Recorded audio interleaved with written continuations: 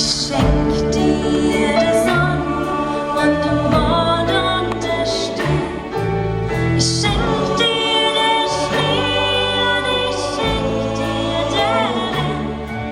Ich will dir nur sagen, wie froh man sein kann. Dank allem zu erleben, ihr ganzes Leben lang.